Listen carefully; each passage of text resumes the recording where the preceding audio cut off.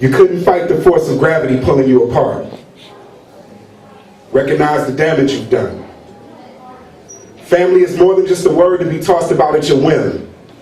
It's a bond, now broken, making 1, 3, equaling 2 parents and their children caught in between.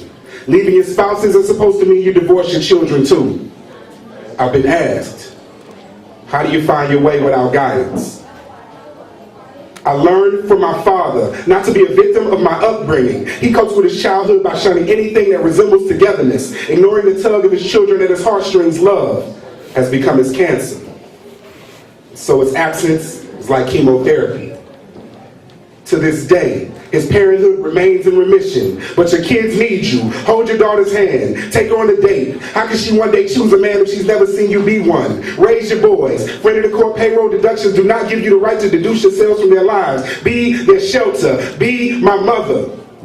There. Though her body is weary from filling in the gap. So she sees the church house as a place of healing. And the preacher man told her she gives 10% of her income and 90% of her time she can begin to fill in the gap. Mama, the Lord never stopped hearing your prayers. He was just preparing you for your harvest on the other side, but in your absence, your children were worshiping false idols. Listening to demons that whisper in the wind, leading them into sin when you were the voice of change on the road to Damascus. The buffer between their persecution and praise. Your children are your reflection. So what good is your salvation if your seeds don't follow that path? Slow down. Recognize the damage you've done.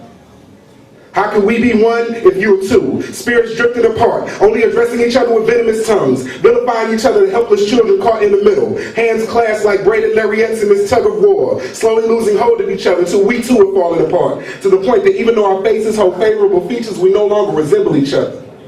Another generation fading into obscurity. I learned from my parents that seeds left with no nourishment will lie dormant. Be their son. Realize that love is more than just an emotion. Slow down.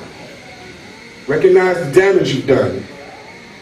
Realize that your children need you to be together, even if as one you can't be together. Don't you understand? It's not about you. Your children are caught in the middle, and you're tearing them apart.